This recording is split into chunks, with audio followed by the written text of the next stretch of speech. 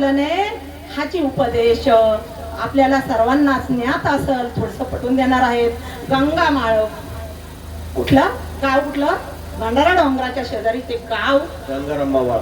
गंगाराम मवाळ. या गंगाराम मवाळ एकदा म्हैस सुटली आणि तुकाराम महाराज हे भंडारा डोंगरावर तुकोबाराये ध्यानास्थ बसलेले होते आणि त्यांच्या तिथं चिंतन चालू असताना गंगाराम मवाळ याची म्हैस सुटली आणि म्हैस सुटली म्हणून तो म्हैस शोधात शोधात गेला. म्हैस सापडत नाही म्हणून तुकोबारायांकडे गेला. ओ तुकोबाराया, ओ तुकोबाराया, त्यांच्या चिंतनामध्ये होते आणि तुकोबाराय करत असताना गंगा मवाळांनी जास्त त्यांना विचलित केलं आणि त्या वेळेला तुकोबारायाने सांगितलं, जा तुझी म्हैस फुट्यालाय म्हणे. गंगा मवाळ काय बोलला, माझी म्हैस बघितली का? जा म्हटले फुट्यालाय म्हणे. नाही ना हो, फुट्याला नाही बोलले. तर म्हणे जा बघ बांधलेली. तर गंगा मवळ तिथं आला आणि बघितली तर ती म्हैस फुट्याला होती. आणि मग गंगा मवळाने जेवण केलं आणि जे आपले कपडे घेतले तुकोबारायांपाशी जाऊन बसले. तुकोबाराय त्यांना बोलले, अरे आधीच जर एवढा अट्टहास केला असताना तर तू देवापर्यंत पोहोचला असता. मग तो शब्द त्यांना पटला आणि ते म्हटले का ती म्हैस नव्हती आणि आता खुट्याला आहे, तर मग संतांचा किती मोठा आशीर्वाद आहे. संत काय नाही ते करतील, काय नाही करतील, संत सर्व काही करता. मग त्या वेळेला तो गंगा मवाळ तुकोबारायांपाशी बसला आणि चिंतन करू लागला. म्हणून सहज बोलणे हाची उपदेश करून सायास शिकविती. सायास करून शिकवलं. काय म्हटले, तू जर हा अट्टहास जर त्या भगवंताच्या नामासाठी केला असता ना तर भगवंतापर्यंत पोहोचला असता. म्हणून ह्यो संसारातला जो अट्टहास आहे ना, ह्यो काही उपयोगाचा नाही, हे करून नेणारा नाही. आम्ही म्हणत नाही तुम्ही संसार सोडा, मला असं म्हणायचं नाही संसार सोडा, संसार करा, पण संसारात राहून फल इच्छा ना धरता परमार्थ करा. जे व्हायचं ते घालून या भार, राहिलो निश्चिंती, निरविली संती विठोबासी. म्हणून मग अशा प्रकारे ते करतात. करुणी सायास शिकविती विठोबा.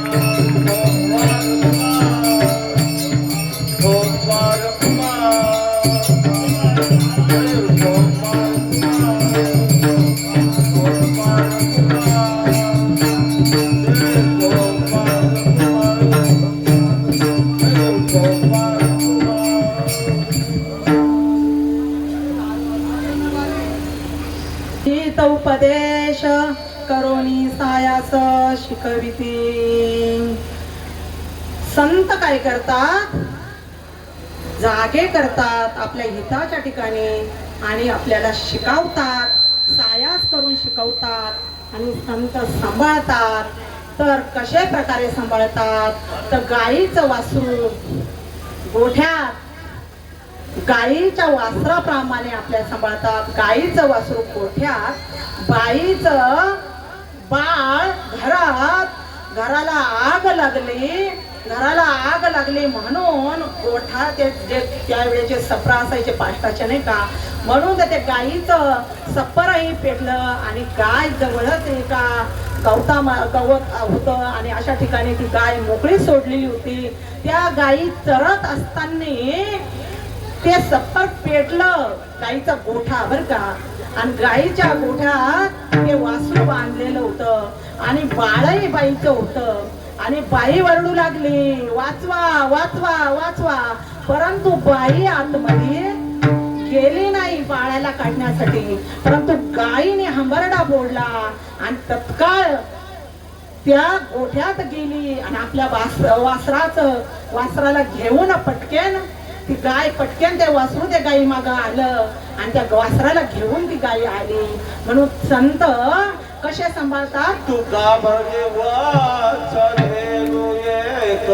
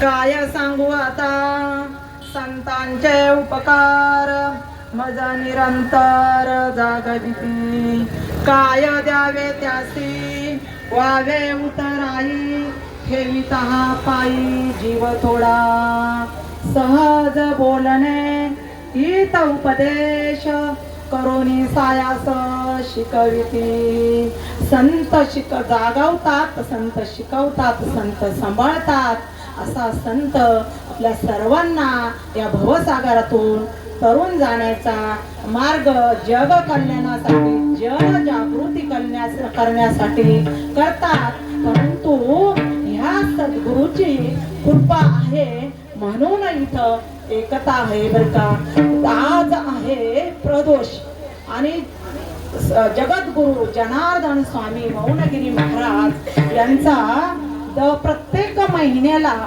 15 दिवसाला 15 कधी असतो प्रत्येक महिन्याचा प्रदोष हे जय बाबाजी परिवार करत असतात आणि हे प्रदोष सगळ्या ठिकाणी चालू असतात नवे नवे जय बाबाजी परिवार सर्व ठिकाणी करत असतात म्हणून ही सद्गुरूंची कृपा आहे आणि या कृपा आशीर्वादाने संतांच्या आशीर्वादाने मार्गदर्शनाने महापुरुषांच्या दर्शनाने हे सर्व काही होत असतं म्हणून इथं एकता आहे जय विठ्ठल जय जय विठ्ठल